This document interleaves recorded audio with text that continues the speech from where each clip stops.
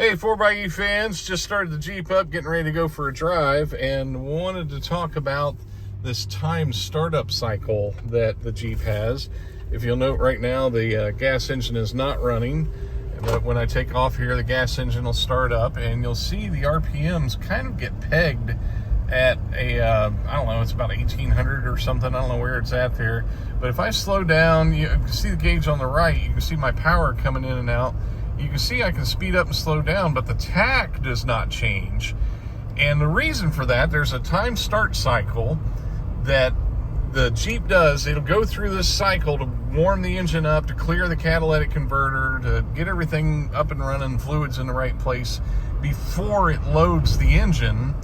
And it's kind of a cool idea on the 4xe that they put in place that keeps you from loading an engine, a cold engine. Like, say if you were running down the highway at 50 mile an hour in electric mode and then you reach the end of your battery, you don't want to like immediately load that gas engine if it hasn't been warmed up. So it goes through this time cycle, and I think it might be, nope, it's not. Yeah, there it is, there.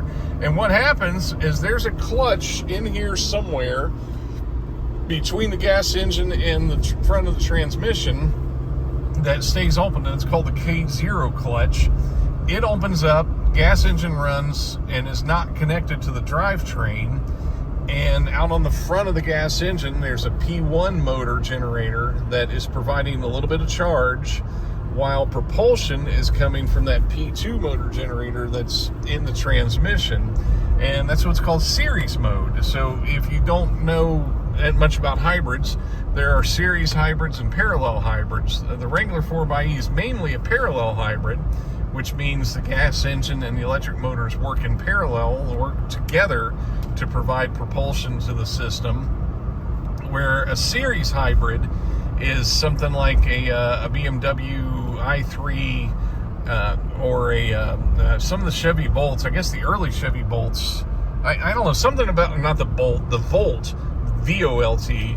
The Chevy Volt was primarily a series hybrid, but could do parallel hybrid operation if there was a need. But what that means is the gas engine is basically a generator. It doesn't provide propulsion to the vehicle, it just provides electrical energy. In the case of the 4xe, it can do both, because you have two motor generators, P1 that's out in front of the engine and P2 that's in the transmission. And P1 can provide electrical energy anytime the gas engine's running, or it can provide additional torque to the front of the engine. So it's kind of a dual use piece of equipment, just like the P2 motor generator can do that kind of stuff too. But just wanted to talk about that. There have been a few people, now that a lot of us aren't charging because of the 95B recall, there's been quite a few people question that. Like, they said, you know, their tachometer just pegs at an RPM and doesn't change, and they were trying to figure out why.